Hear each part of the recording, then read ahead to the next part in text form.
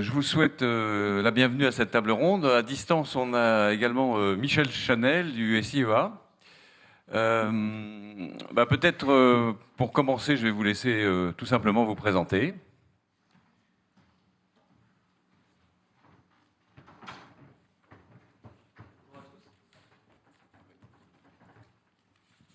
Bonjour à tous, super, c'est mieux quand ça marche. Je remercie tout d'abord le Credo pour son invitation et pour ces échanges qui contribuent à faire progresser les sujets de notre secteur.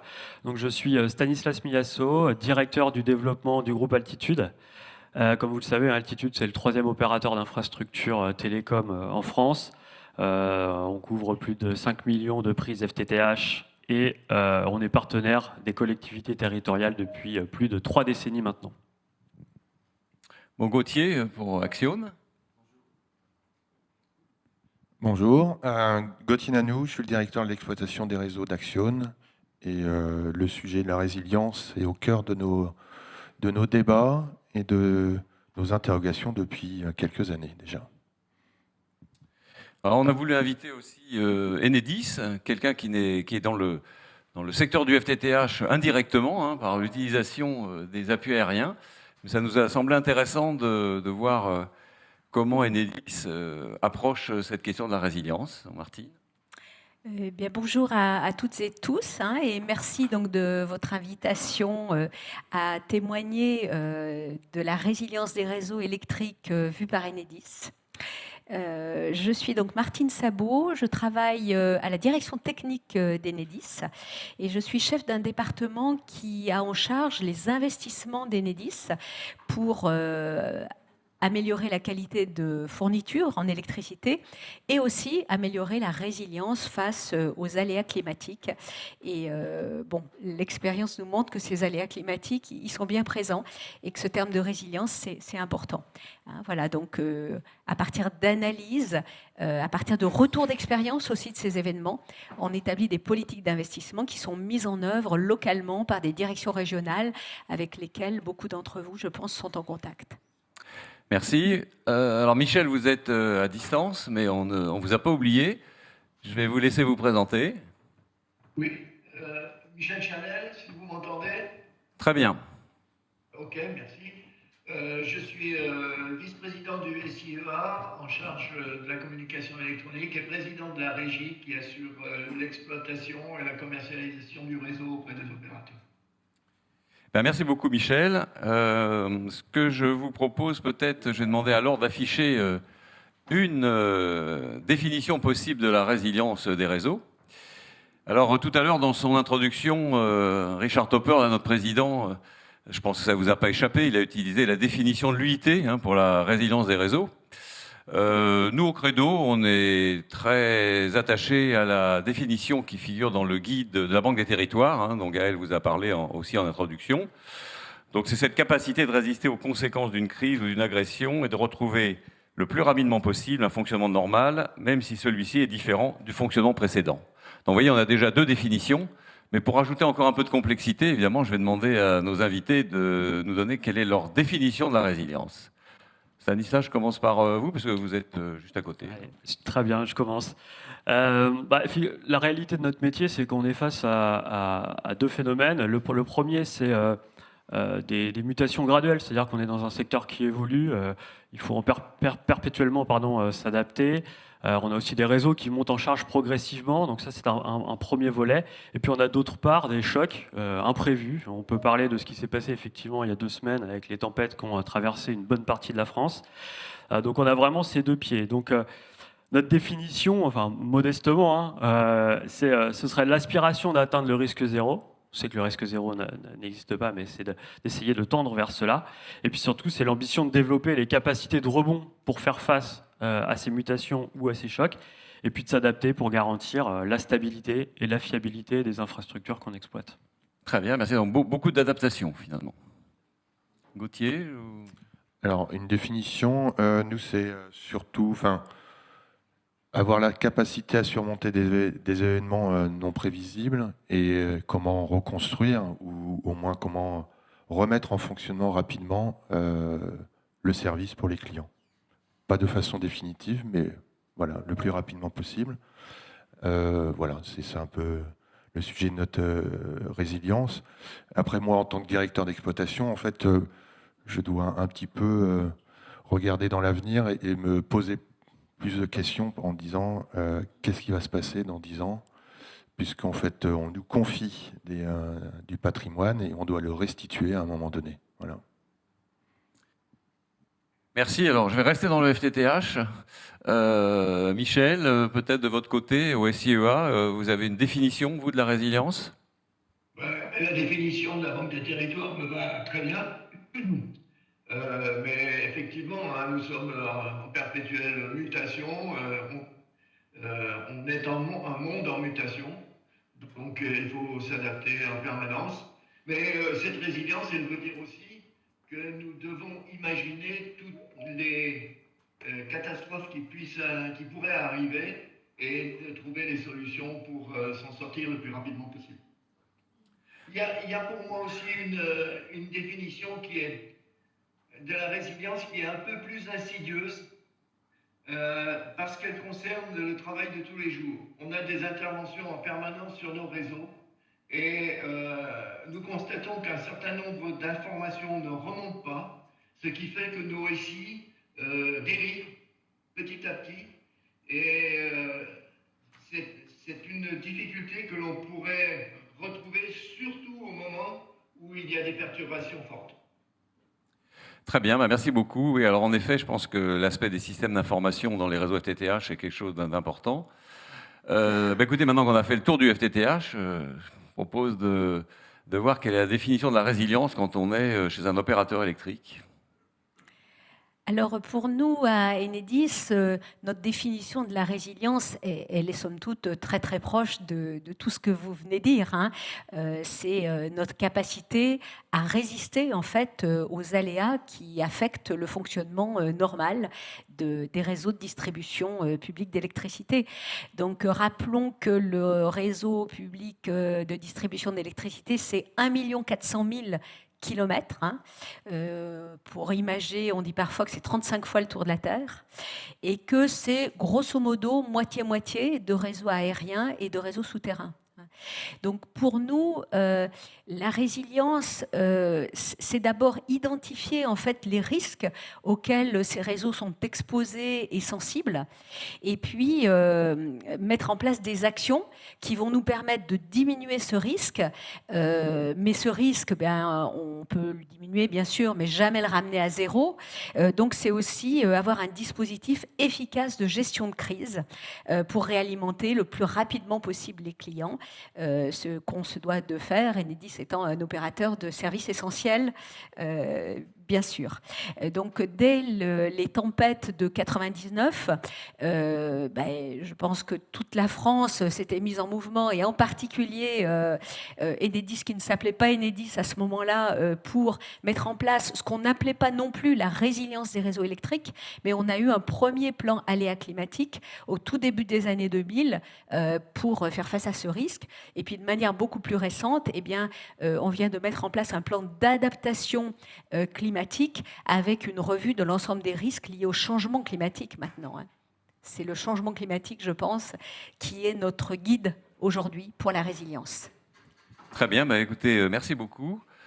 Quand on regarde vous l'avez dit, hein, vous avez identification des risques. Quand on regarde un réseau FTTH, hein, c'est des nœuds de raccordement optique, des points de mutualisation, des points de branchement, des prises terminales et puis des câbles entre tout ça.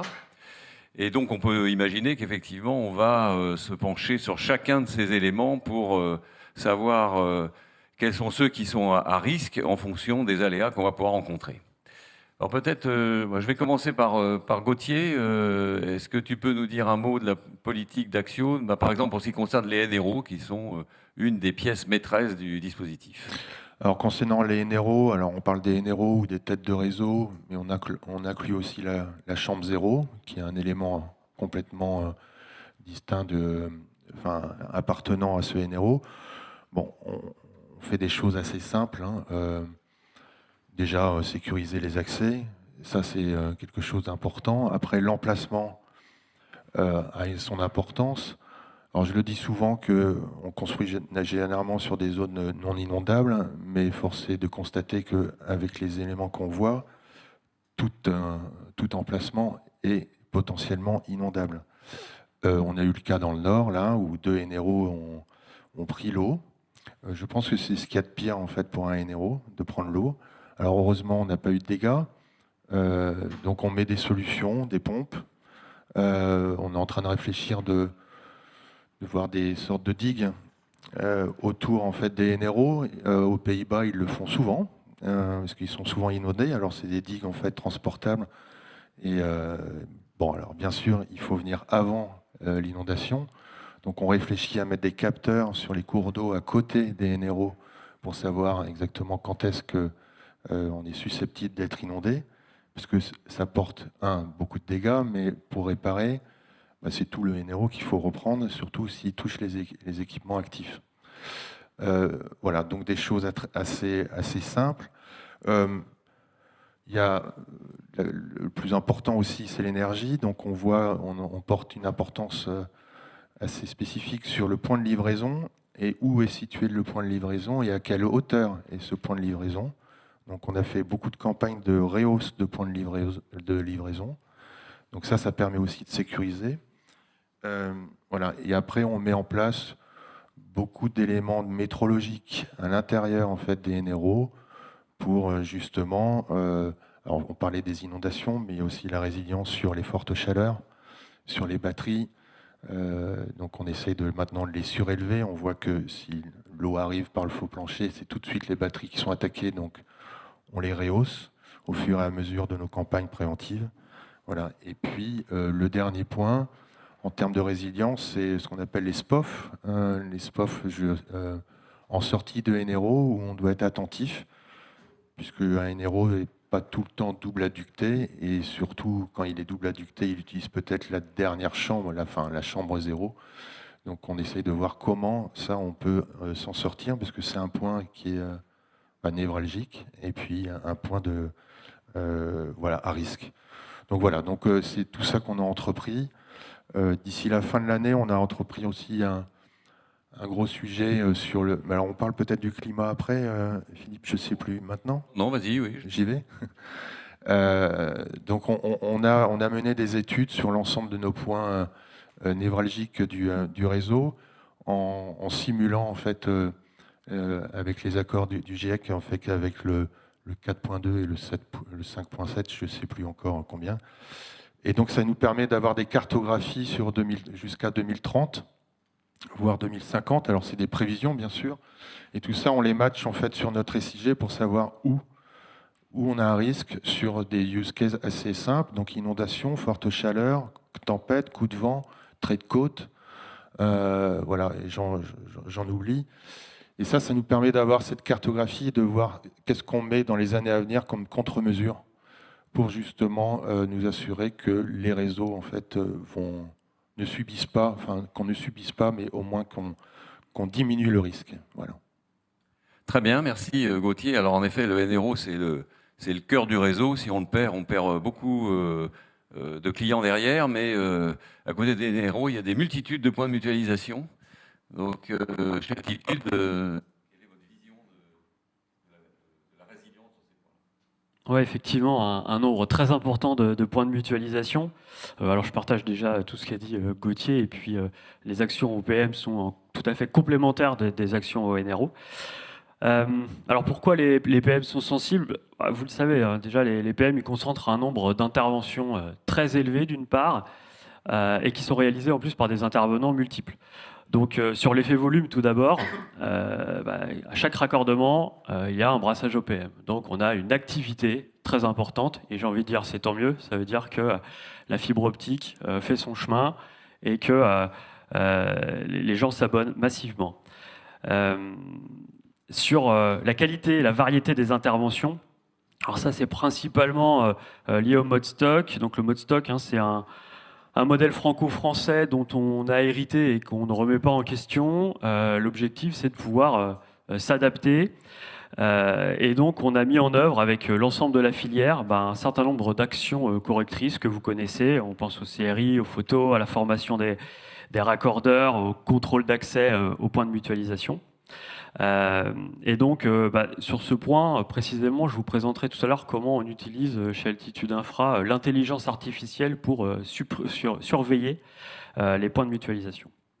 Et puis, quand même, dernier point, hein, les PM sont aussi sensibles, tout simplement parce qu'ils sont visibles, ils sont à proximité sur les territoires, à proximité des concitoyens, et ils sont aussi, entre guillemets, à portée de vandalisme. Le vandalisme, c'est quand même aussi un enjeu de résilience. On a beaucoup parlé du climat, mais pas que.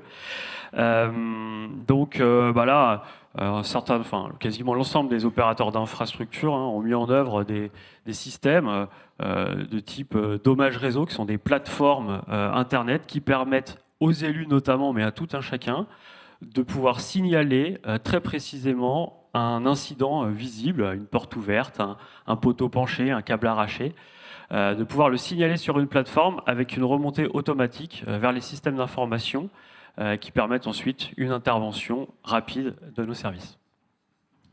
Très bien, merci. Je peux juste rajouter sur les PM, puisque Oui. en fait c'est juste depuis la semaine dernière avec les inondations.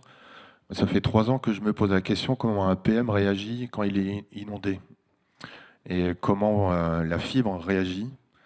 Donc je vais le découvrir parce qu'on a des PM qui ont été complètement sous l'eau. Donc on ne sait pas comment, mais c'est pas l'eau qui me gêne, c'est plutôt la boue.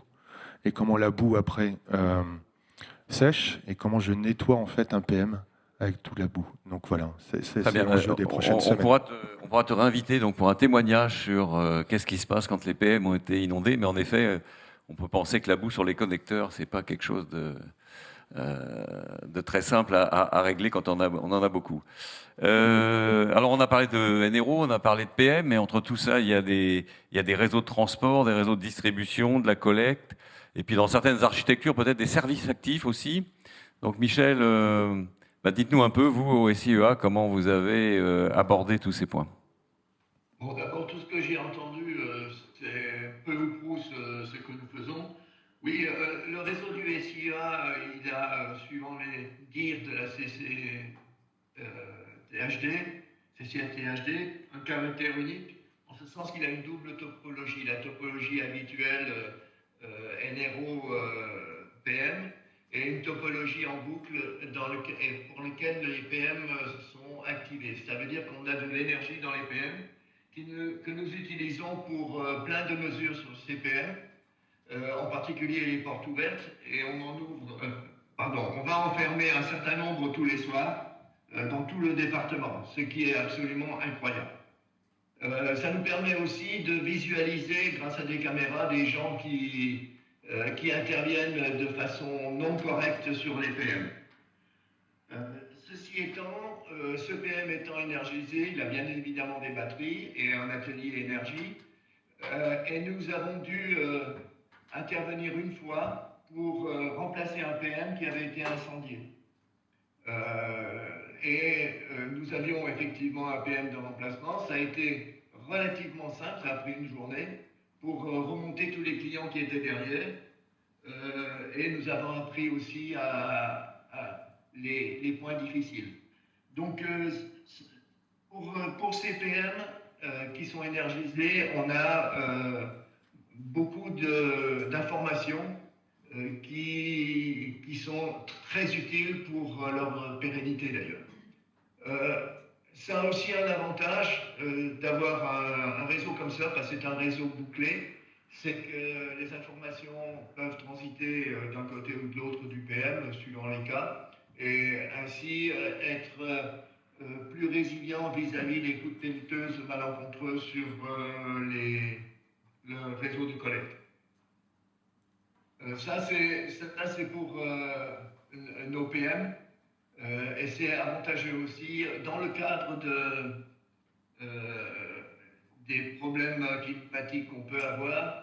On pourrait effectivement avoir un réseau de communication beaucoup plus dense, pas forcément par téléphonie, mais plutôt par Wi-Fi ou des choses comme ça, puisque tout ça est sécurisé.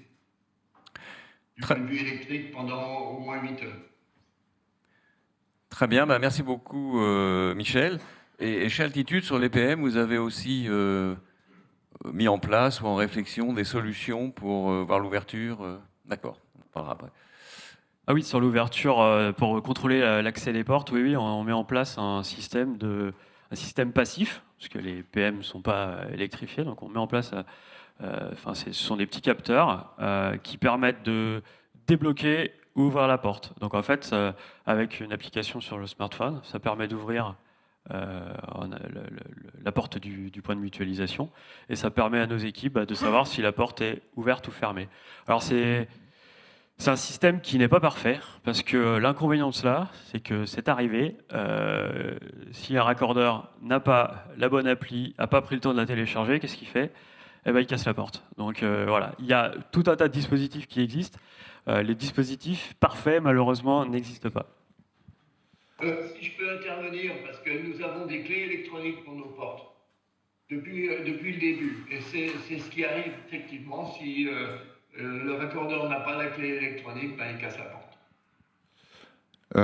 Nous aussi, on constate, depuis, moi j'ai arrêté toute expérimentation, je suis revenu à la clé triangle, parce qu'en fait, ça coûte beaucoup plus cher de réparer la serrure électronique qu'une clé triangle.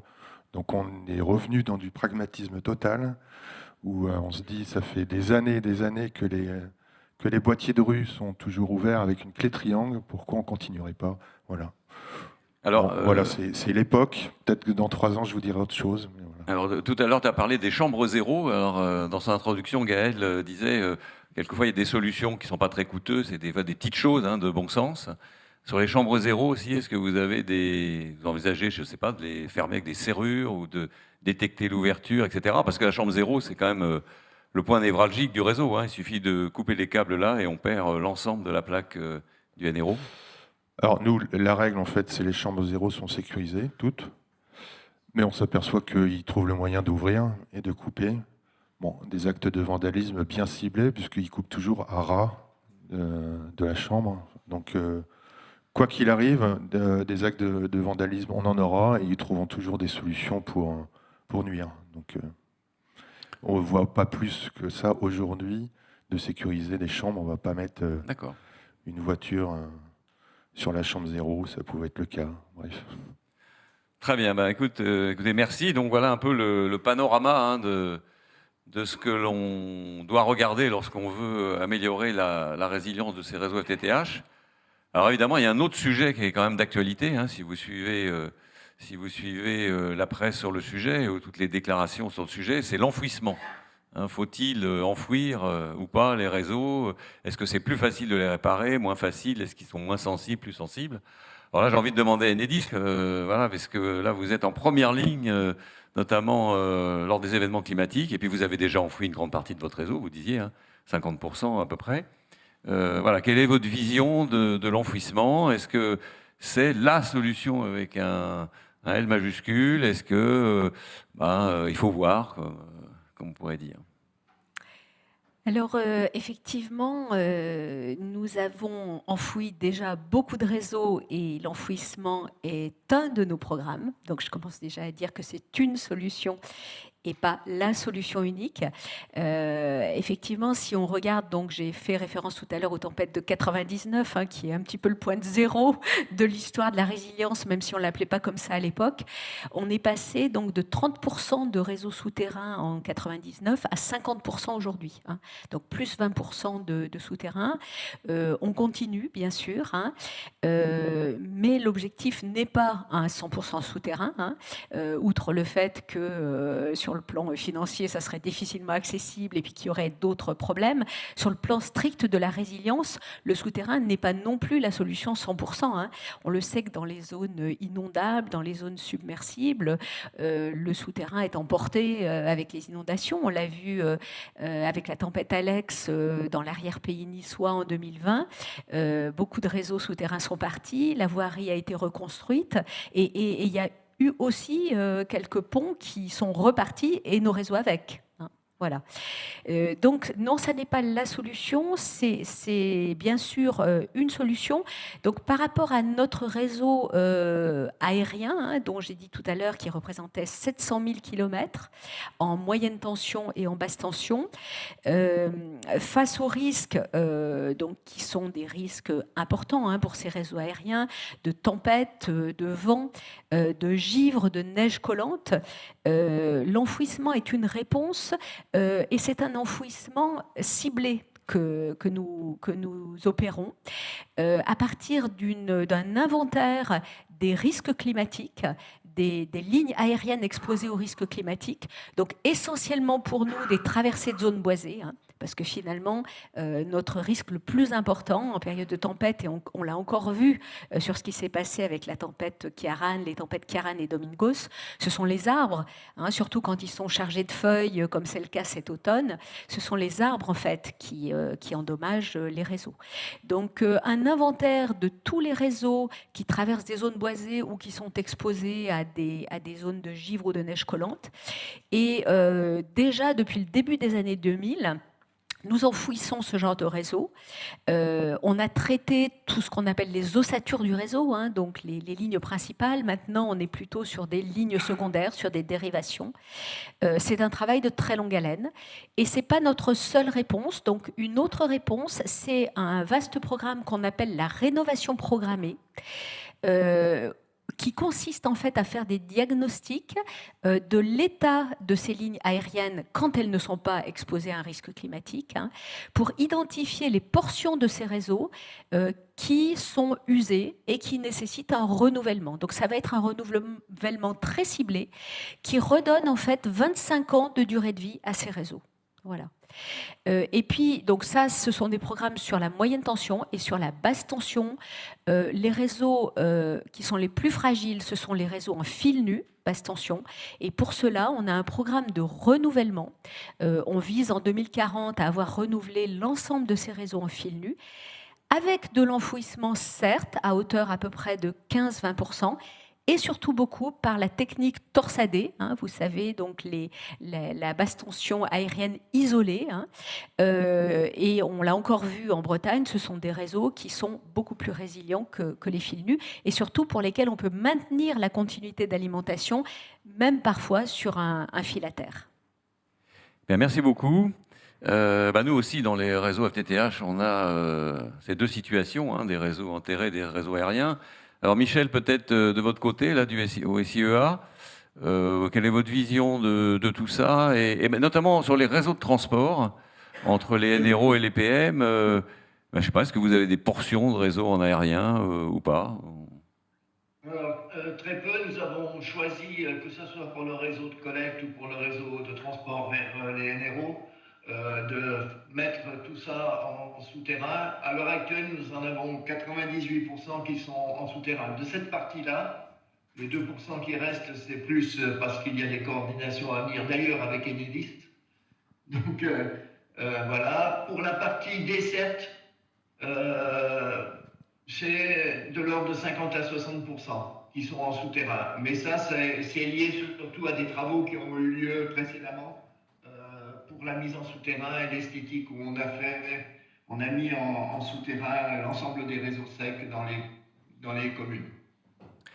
Merci. Ça, c'est un travail qui est de longue haleine, qui continue petit à petit.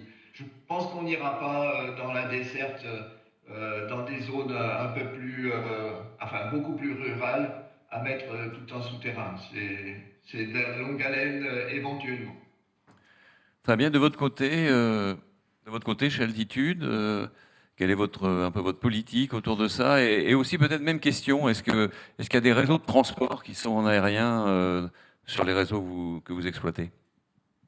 Oui, alors peut-être un petit point de contexte quand même avant de démarrer. Donc, le recours au réseau aérien, il a été motivé par plusieurs facteurs, dont notamment le fait qu'on se soit tous collectivement, opérateurs et collectivités, inscrits dans le plan France Très Haut Débit du gouvernement. Et ce plan, il visait un déploiement rapide et économique. Donc on s'est tous alignés sur ce plan, et donc pour aller vite et pour moins cher, effectivement, on a déployé un certain nombre de réseaux aériens. Et on n'a pas nécessairement inclus les provisions nécessaires à l'enfouissement de 100% du réseau à très court terme.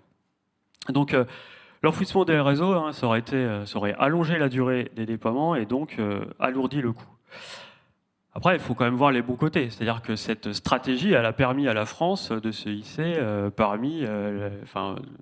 à la première place même de la européenne en termes de développement de la fibre. Donc finalement, c'est un petit peu le point négatif d'un vrai point positif, c'est qu'on est allé vite et fort. Alors c'est vrai que les infrastructures aériennes, elles sont sujettes au risque climatique, aux vents violents, on l'a évoqué tout à l'heure.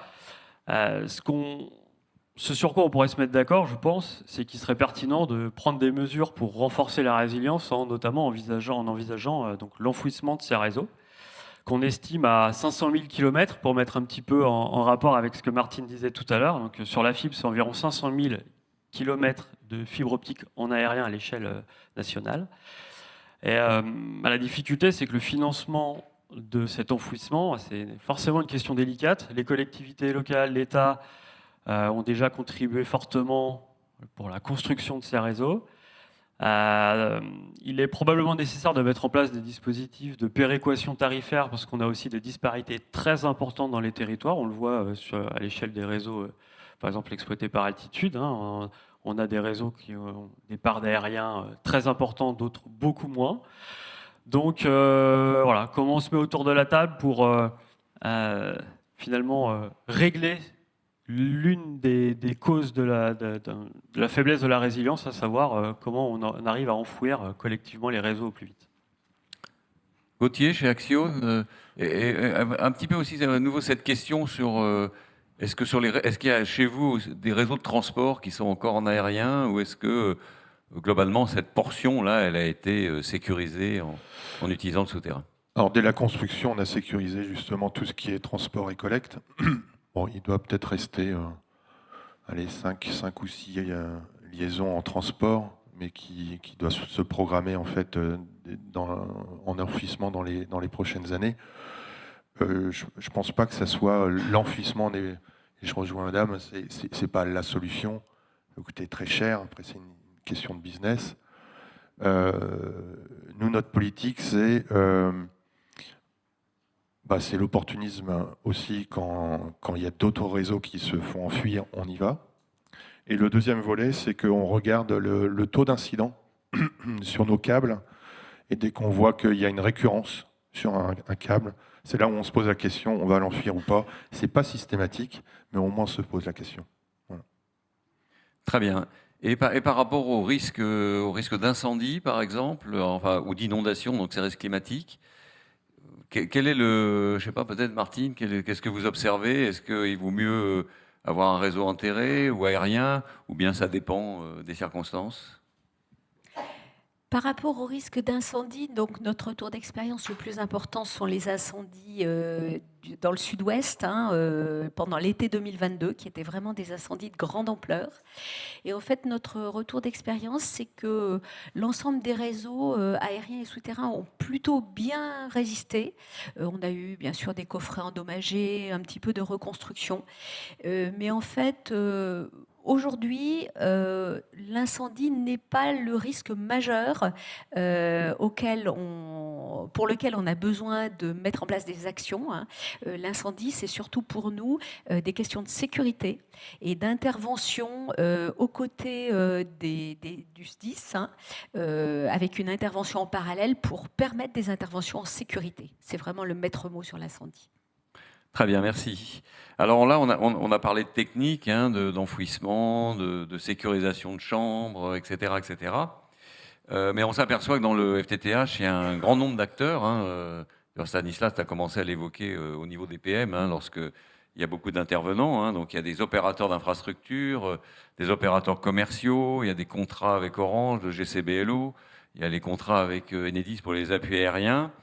Toutes ces interdépendances, comment vous voyez ça? Est-ce que ça a un impact sur la résilience?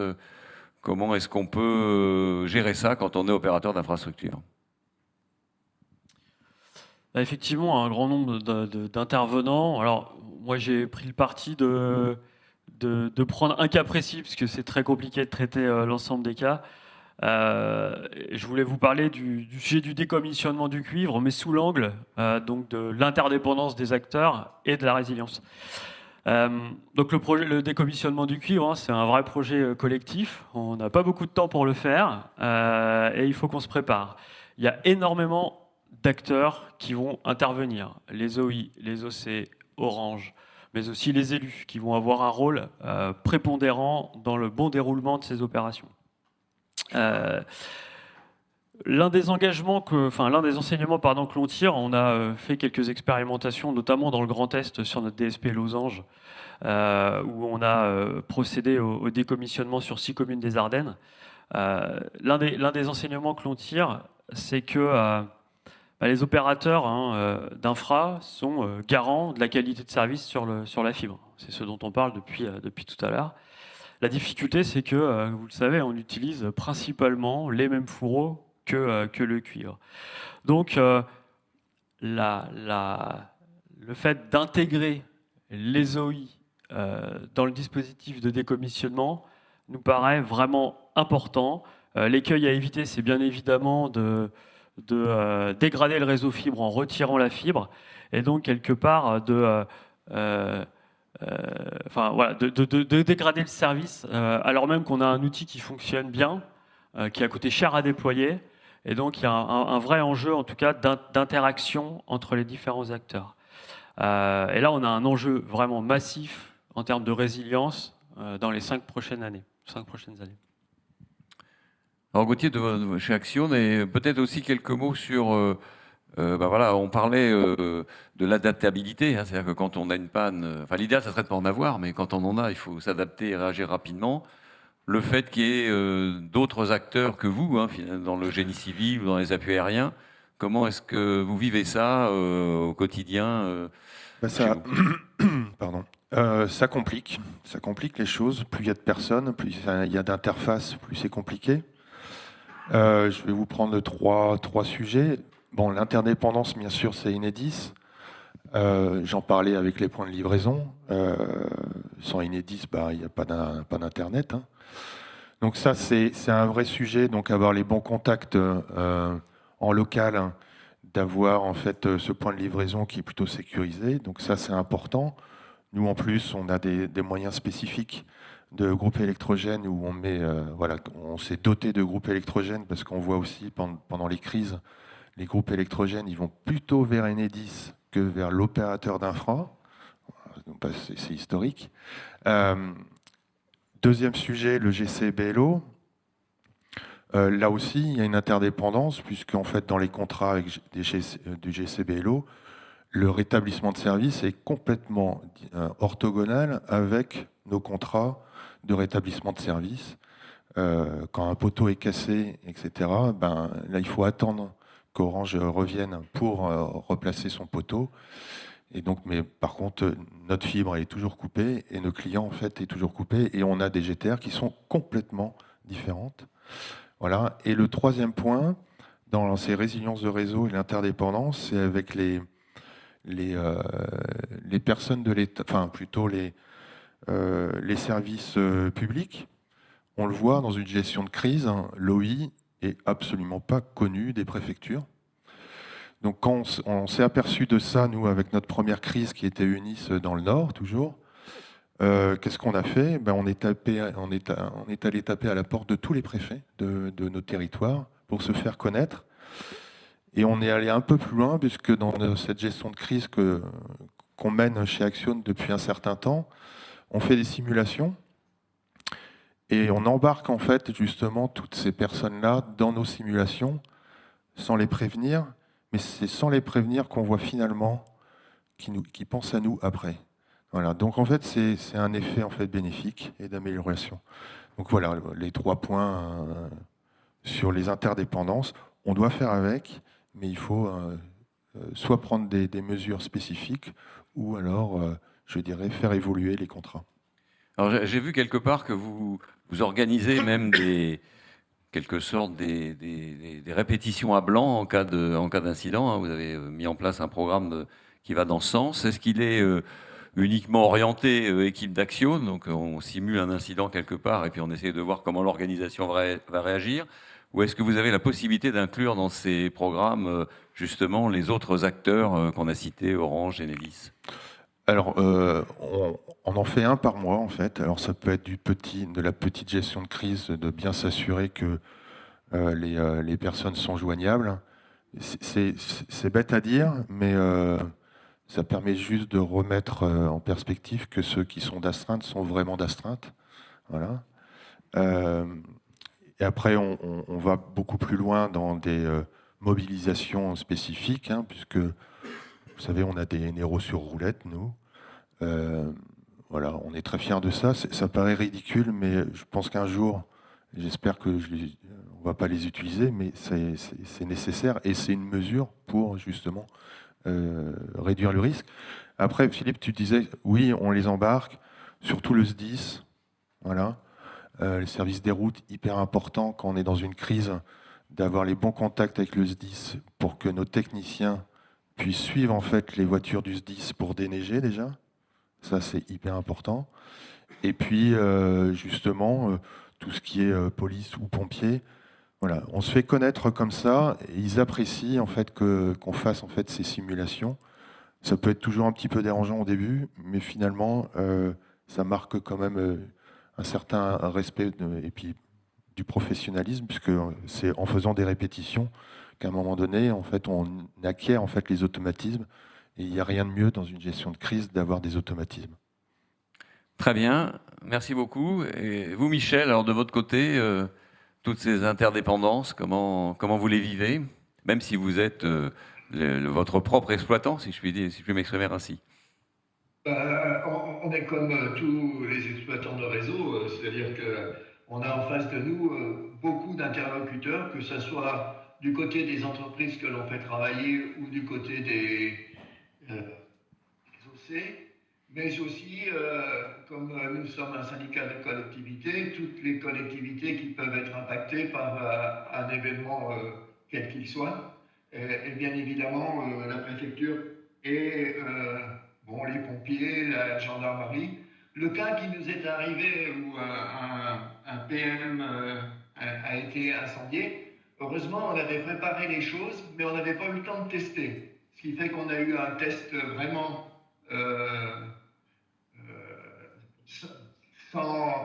avec notre seule imagination, ce qui s'est bien passé. Dans ce cas-là, bien évidemment, il y a les pompiers qui sont intervenus, puis la gendarmerie pour faire les constats d'usage, et puis après, on a pu intervenir, et finalement, les opérateurs au bout du compte. Ce qui a été fait, et on a remis tout ça c'était 4h30 du matin pour la perte du PM, et vers 22h le soir, tout le monde était remonté. Ça montre aussi qu'on doit préparer une gestion de crise, bien entendu avec toutes les techniques afférentes à ce genre de choses, mais aussi avoir un système de communication qui permet à tout le monde d'informer tous les autres en temps réel, et y compris les opérateurs, y compris tous nos élus, bien évidemment, mais aussi les clients, de telle façon à ce que les opérateurs puissent avertir leurs clients sur ce qui est en train de se passer.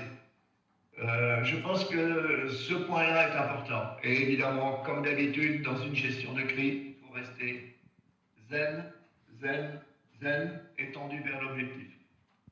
Merci Michel. Alors peut-être de votre côté, chez Enedis, j'avais pas vraiment prévu de vous poser la question, donc ce sera un petit peu une question piège. Hein, voilà. Le fait d'avoir sur vos appuis aériens du téléphone ou de la fibre optique, comment vous voyez cette collaboration avec les opérateurs d'infrastructure? J'imagine que ça introduit un degré de complexité aussi pour vous. Comment est-ce que vous voyez ça? Est-ce que vous souhaiteriez qu'ils soient plus impliqués ou qu'il y ait une meilleure coordination, si c'est besoin, au moment des problèmes qu'on peut rencontrer, notamment des problèmes climatiques? Alors, peut-être juste, avant de répondre directement à votre question, ou en tout cas de dire quel serait le bon interlocuteur.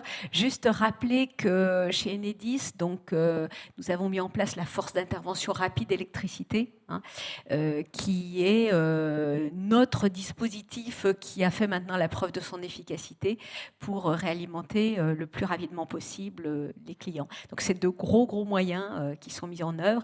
Et puis tout un système de gestion de crise qui implique les services centraux d'Enedis et puis les directions régionales concernées. Sur votre question plus précise, donc je ne suis pas forcément la meilleure interlocutrice, non, je sais bien.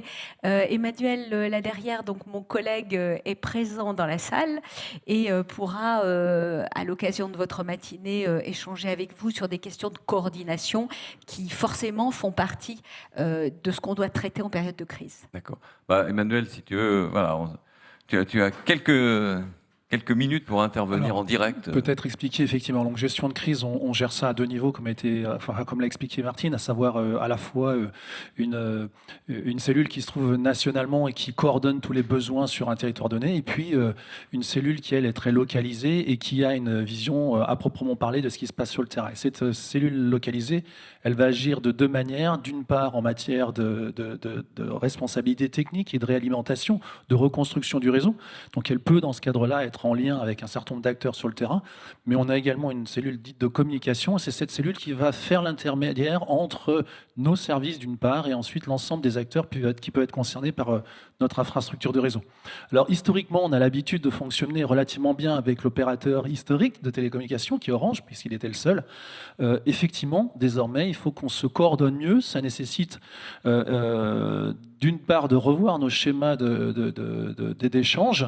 Un certain nombre d'acteurs sont connus par nos instances nationalement, mais pas forcément localement, et inversement.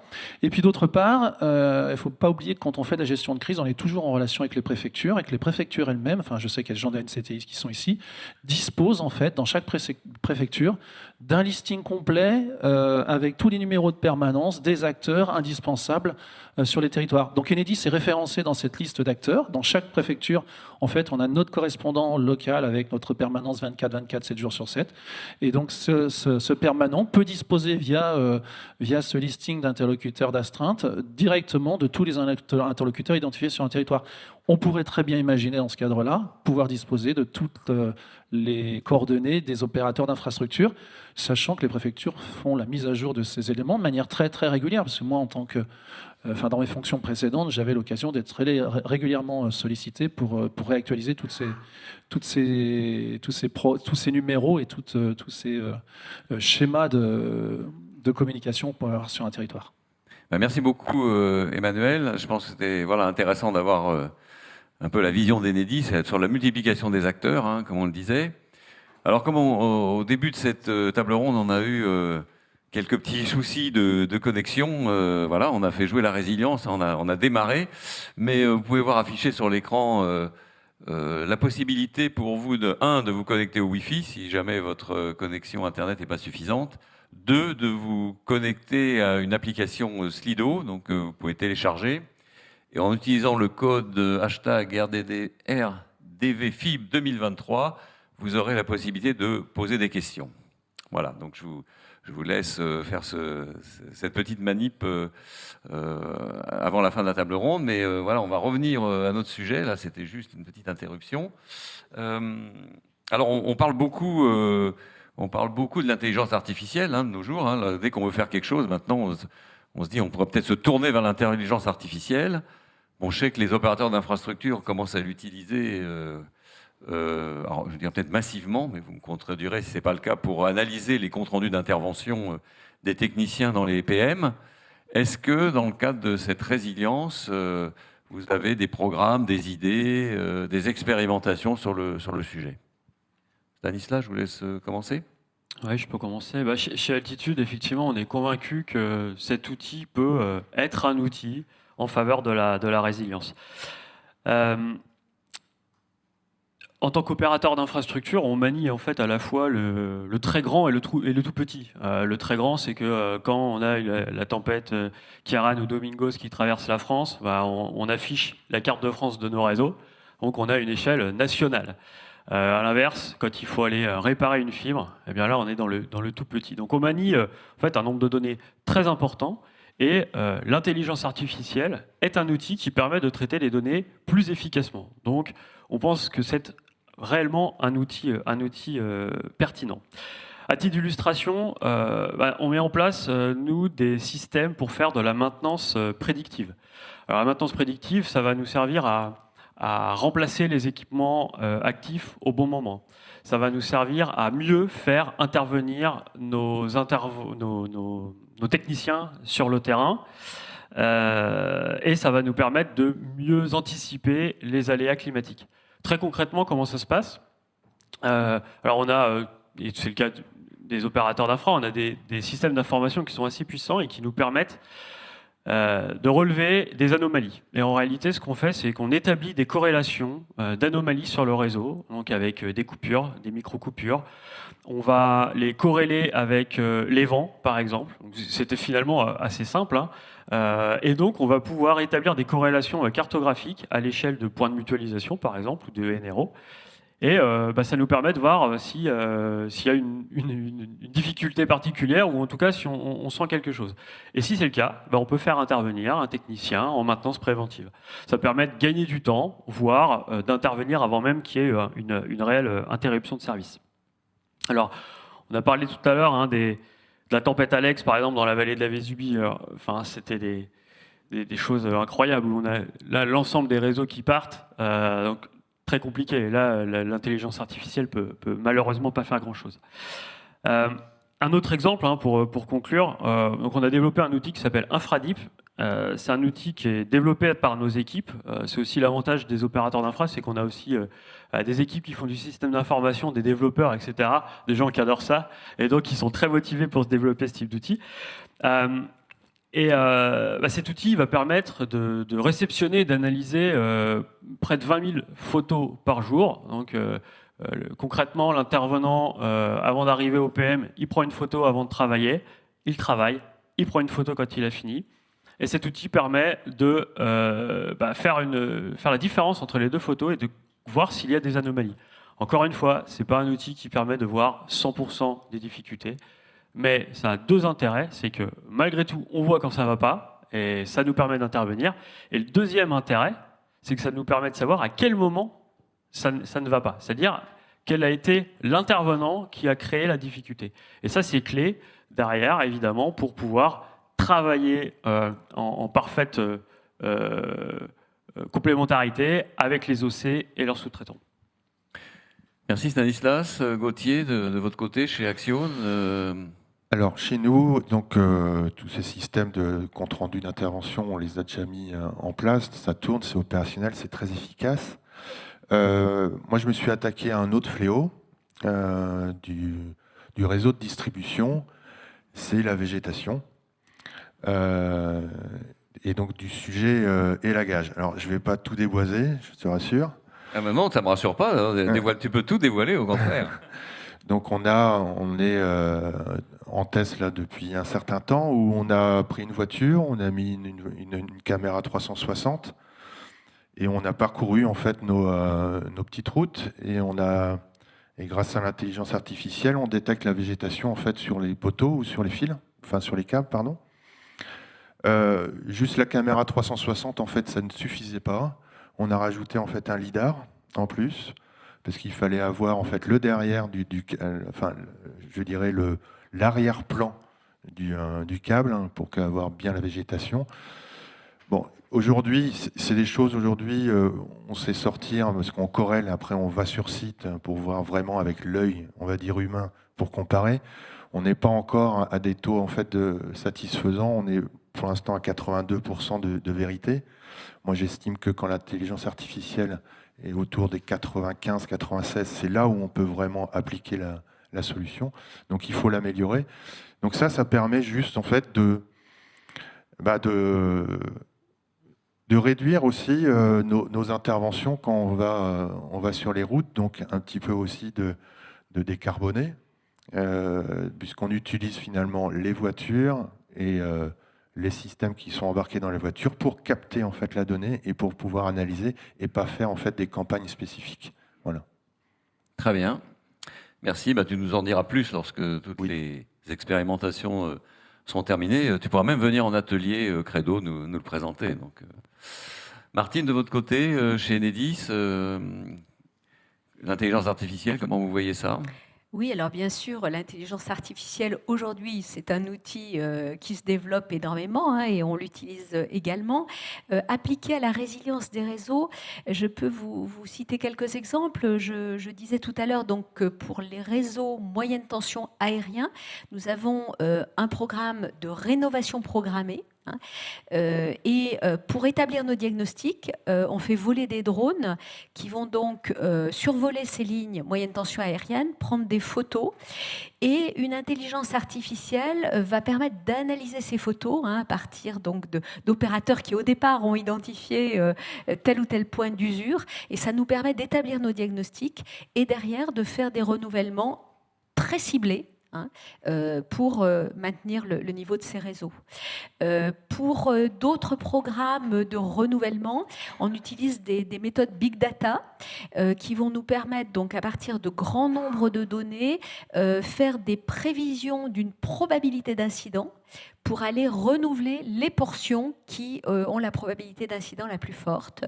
Et puis pour terminer, je peux citer, donc, en période de crise, de tempête comme celle qu'on vient de vivre, à partir du moment où on a une alerte météo analysée par nos services, on a un outil basé sur le machine learning qui va nous permettre de prévoir les incidents et leur localisation de manière à se mobiliser le plus rapidement possible là où il faut.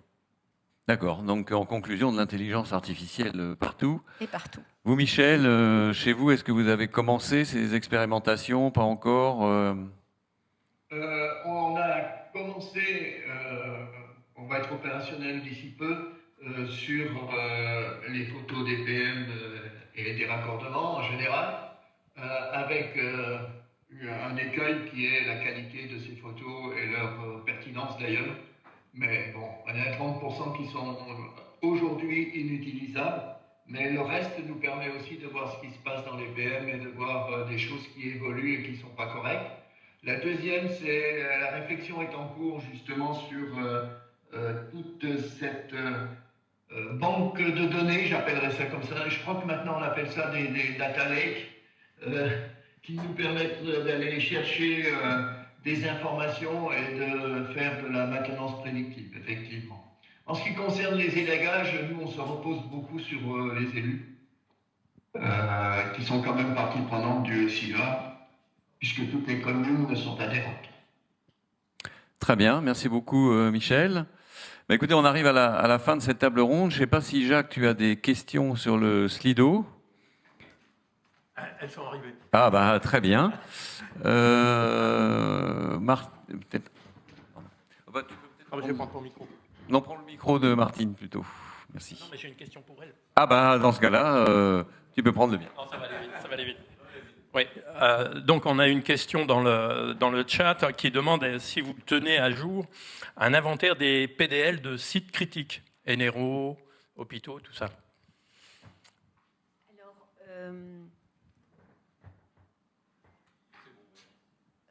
en termes de... Alors, site critique, déjà, on peut dire qu'il y a aussi des clients qui méritent une attention particulière. Donc, ça va être des malades à haut risque vital qui sont identifiés par les services de santé et pour lesquels, donc, on fait une information spécifique. Et puis, alors, je ne sais pas, Emmanuel, si tu veux ajouter également ce qui se passe en période de crise. Alors oui, on a un suivi spécifique des clients dits sensibles au sein d'entreprises. Alors on y retrouve effectivement les hôpitaux, certains services de santé très particuliers, les préfectures, qui doivent gérer la crise, donc il faut qu'on leur assure quand même la continuité d'alimentation. Pour la question du NRO, pour la question des ouvrages numériques, aujourd'hui, ils ne sont pas identifiés comme clients sensibles au sein d'Enedis. Enfin, jusque-là, ça ne l'était pas en tout cas. Donc voilà, après, il y a une reconnaissance à faire auprès des pouvoirs publics pour y parvenir. Néanmoins, ils ont été identifiés l'année dernière lors du sujet délestage, où on a dû donner l'ensemble en fait de nos NRO pour que si un jour ça arrivait le délestage, il y avait des priorisations à faire. Alors, sur la partie délestage, qui est une autre un autre sujet que la gestion de crise. Effectivement, là, vous avez une détermination des clients sensibles. Et vous savez, quand on réalise du délestage, on le fait par palier. Et effectivement, depuis l'année dernière, il y a un certain nombre d'ouvrages qui ont été identifiés comme relevant d'un certain niveau de palier pour pas qu'ils soient délestés dans les premiers clients, comme pourraient l'être des clients particuliers. Donc là, effectivement, en matière de délestage, il y a une identification particulière des infrastructures numériques. Ok, merci. Ensuite, là j'ai synthétisé plusieurs questions qui concernent les composants. Donc ça, je crois que c'est quelque chose qui est très, très important. Alors, premièrement, c'est au niveau des OLT, donc au niveau de toute la partie active. Est-ce qu'il y a des processus de résilience qui sont intégrés? Je pense que oui, je pose la question. Et puis la deuxième partie de la question, c'est...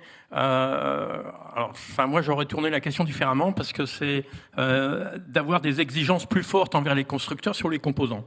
Alors moi, je pense que c'est plutôt, à la base, c'est lorsque la collectivité met en place un réseau, elle choisit donc ses fournisseurs, la qualité de ses fournisseurs, et puis qu'elle prenne en compte l'obsolescence des produits. Mais bon, c'est intéressant, c'est d'avoir un petit peu votre avis là-dessus.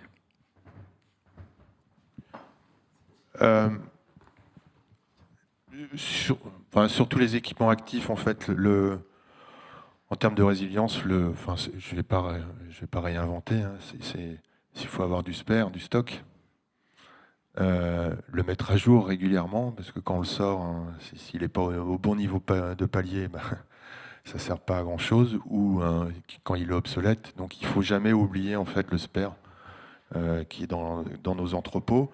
Il est réparti un petit peu dans toute la France et il est sanctuarisé. Donc ça veut dire qu'on ne touche pas à ces équipements-là, sauf lors de crise.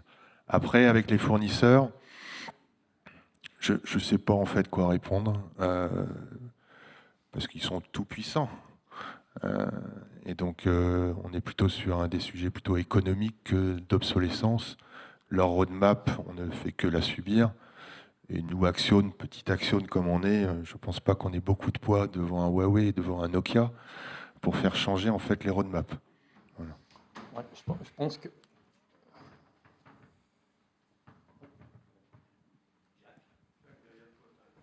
Ah oui, bon.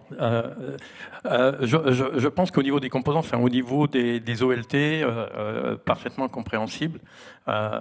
Normalement, donc, je ne sais pas si les OLT sont prévus pour faire des backups à chaud. Donc, on remplace une carte, on en remet une autre et le service repart. Ça, c'est la première chose. Mais après, au niveau des composants passifs, là, je pense que le choix des composants impose donc, aux opérateurs d'infrastructures, aux collectivités, et de... La résilience des réseaux, ça c'est quelque chose qui est important, c'est de prévoir. Donc vous avez parlé, Gauthier, tout à l'heure, donc de plan à 10 ans. C'est de prévoir à 10 ans les composants que j'ai aujourd'hui. Est-ce que dans 10 ans, ils seront toujours disponibles? Est-ce que j'ai des solutions de secours où j'utilise pour mettre en place ces solutions de secours? C'est bien ça le sujet, c'est se dire le câble qu'on a acheté, dans 10 ans, comment il va être? Donc certes, les fournisseurs nous garantissent des choses avec leurs tests, etc. Bon, ils n'ont pas de boule de cristal, hein, donc à nous aussi de nous assurer de certaines choses. Donc l'avenir nous le dira, mais après, quelles contre-mesures nous on a pris, c'est on a du stock sanctuarisé aussi, qu'on va utiliser lors de campagnes d'obsolescence. Très bien, merci beaucoup Gauthier. Stanislas, vous voulez ajouter quelque chose? Oui, sur la partie active, effectivement, je souscris évidemment à tout ce que Gauthier a dit. Il y a aussi la formation des équipes pour intervenir sur les équipements. Et puis peut-être aussi mettre un petit bémol, c'est-à-dire qu'en tant qu'opérateur d'infrastructure, la part de réseau activé que l'on exploite est minime. En réalité, l'enjeu il est beaucoup chez les OC. Donc modestement, Absolument. on pèse Oui, une tout à toute fait. petite part de ce phénomène. Et puis sur la partie passive, on a des réseaux qui sont pour la plupart assez neufs. Donc c'est vrai qu'on manque aussi un petit peu de recul, disons-le. En tout cas, on a essayé de bien construire les réseaux et de bien les exploiter pour qu'ils puissent durer le plus longtemps possible. Peut-être un Michel. dernier mot, Philippe. Oui, pardon. Juste, on n'en a pas parlé, mais je pense que le premier sujet de la résilience, c'est d'avoir en fait un référentiel de qualité. Sans ça, on aura beau mettre toutes les bonnes contre-mesures, on interviendra là où il ne faut pas. Voilà. Ça sera un bon sujet de rendez-vous de la FIP sur les systèmes d'information. Michel, un petit mot peut-être, parce que c'est pas parce que vous êtes loin qu'on doit vous oublier. Hein, donc, Bon, effectivement, c'est avoir du stock, bien surveiller les OLT. Nous, on en a quand même un certain nombre, hein, puisque le réseau est activé à partir des NRO, des PM, pardon. Et on a du stock et surveiller, comment je dirais, le taux de panne. Et quand il commence à monter, penser à remplacer le matériel. On prévoit, nous, 5 ans sur les matériels électroniques, mais on constate qu'ils arrivent à faire un peu plus quand même. En fait, c'est plus l'évolution technologique qui fait qu'on doit changer le matériel qu'autre chose. eh bien, ça sera le mot de la fin. Merci beaucoup, Michel. Merci infiniment à nos participants à cette table ronde. C'était, je pense, très intéressant.